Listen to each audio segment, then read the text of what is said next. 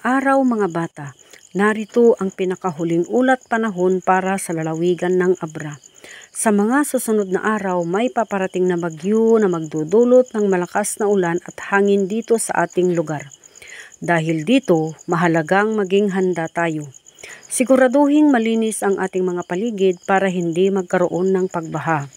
Kung nasa bahay kayo, iwasang lumabas lalo na kapag malakas ang ulan at hangin. Maghanda rin ng mga pagkain, malinis na tubig at mga gamit na kakailanganin sakaling magtagal ang bagyo. Ang mga matatanda at mga bata tulad ninyo ay dapat manatili sa ligtas na lugar.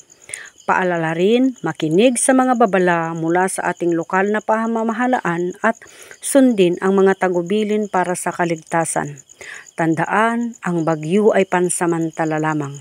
Kaya magtulungan tayo para mapanatiling ligtas ang lahat. Maraming salamat mga kaibigan. Ingat tayong lahat.